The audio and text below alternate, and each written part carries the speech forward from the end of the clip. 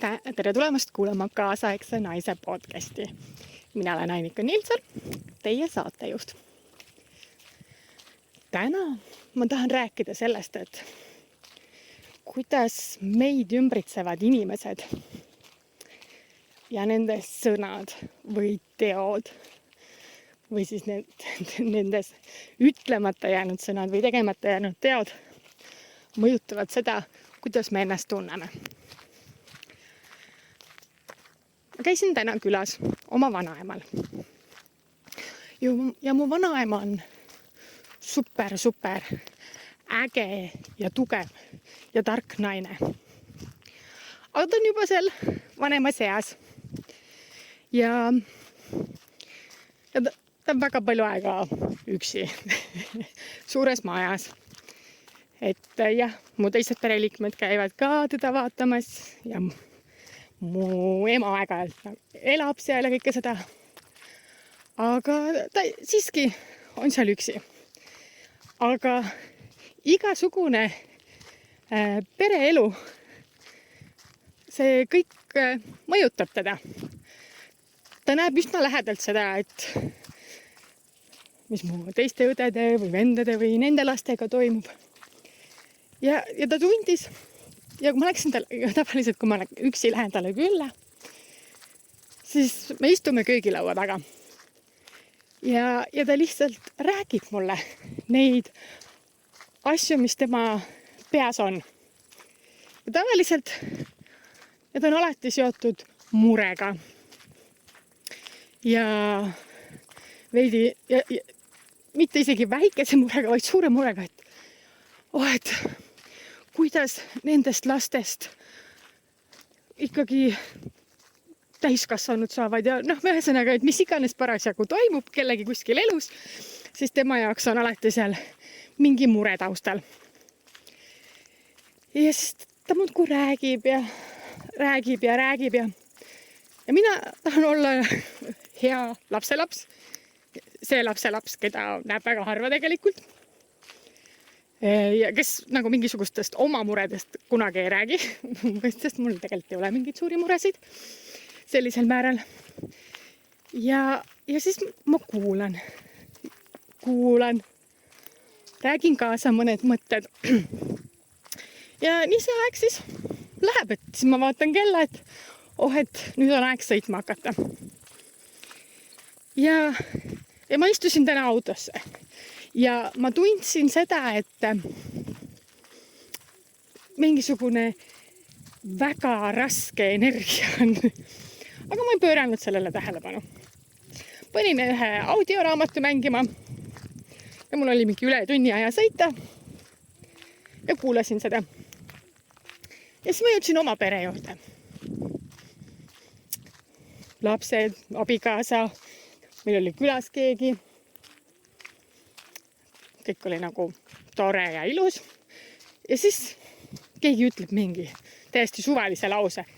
Ja ma täiesti läksin nagu endast välja. Ja siis mu abikaasa ütles midagi veel. Ja siis ma läksin nagu tema peale endast välja. Ja siis meil oli nagu väikest vooti nagu tüli. Ja siis ta ütles mulle, et Annika, nagu mõtle, mis sa ütlesid.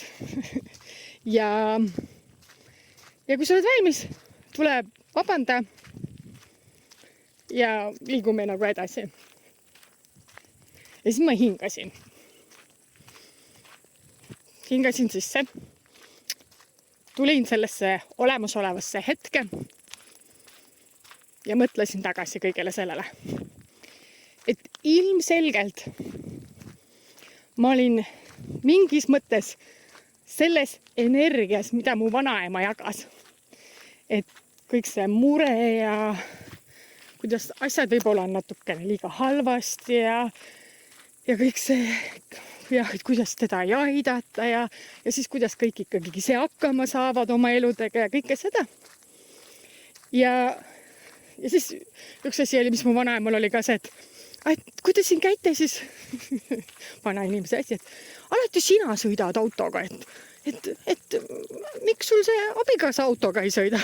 Siis ma ütlesin talle, et seletasin ära, et miks ta ei sõida autoga. aga kuidagi ma nagu võtsin seda, et kas midagi peaks meie suhtes ka olema nagu negatiivselt või halvasti. Igastahes ma mõtlesin kõigile sellele järgi, hingasin nagu täiesti neutraalsesse kohta püüdsin jõuda. Nagu kogu selle eelmise energia solvumise, mis me kõik üksteisele veel välja ütlesime, nagu tahaplaanile jätta. Ja ütlesin, et palun vabandust.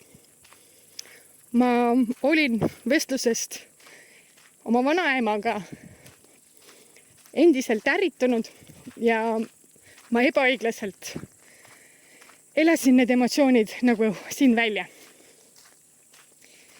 Ja nüüd, kui ma siis seda osa siin salvestan ja mõtlen ja räägin sellest, siis see on lihtsalt märkus mulle endale, et kui ma järgmisel korral olen sellises energias, mis mõjutab mind kuidagi negatiivselt, paneb ennast kahtlema, siis täiesti okei on see jutt ja kõik ära kuulata.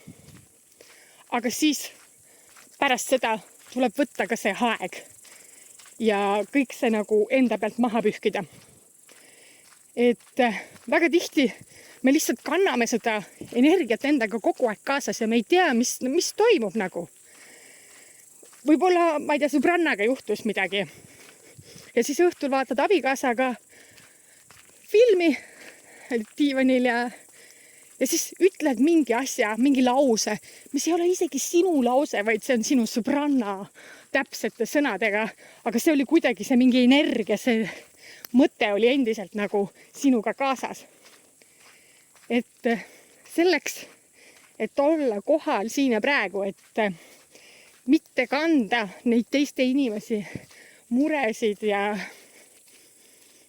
raskust endaga, siis lihtsalt teadlikult, nagu ma ei tea, võtad suured käärid, kujutad nii suuri kääre, kui sa üldse suudad kujutada. Ja siis, ma ei tea, lähed, istud autosse ja siis kujutad ette, et nii, ma lõikan kõik need juhtmed, ühendused läbi ja mina olen siin, mina olen selles hetkes ja ma ei tea, lähen oma pere juurde või midagi muud tegema. Ja kui sa töötad klientidega, üks-ühele nõustamist või konsultatsiooni, siis seesama nõuanne, et sa ei saa minna ühe kliendiga kõnest järgmise kliendiga kõnele, sest täpselt samamoodi, et selle eelmise kliendi energia võib olla sinuga kaasas ja sa üldse ei pööra tähelepanu selle teise kliendi nagu sõnumile ja tema energiale, et olla täpselt õigel ajal kohas. Seega, mõtle, kas sul on olnud selliseid hetki ja kohti, kus sa tunned, et mingisugune energia, piirang, negatiivsus on sinuga kaasa tulnud. Ja pane tähele, kui see tulevikus uuesti juhtub ja oled teadlik ning lõika suurte kääridega see side sealt läbi, võta oma energia tagasi ja mine uue tegevuse juurde.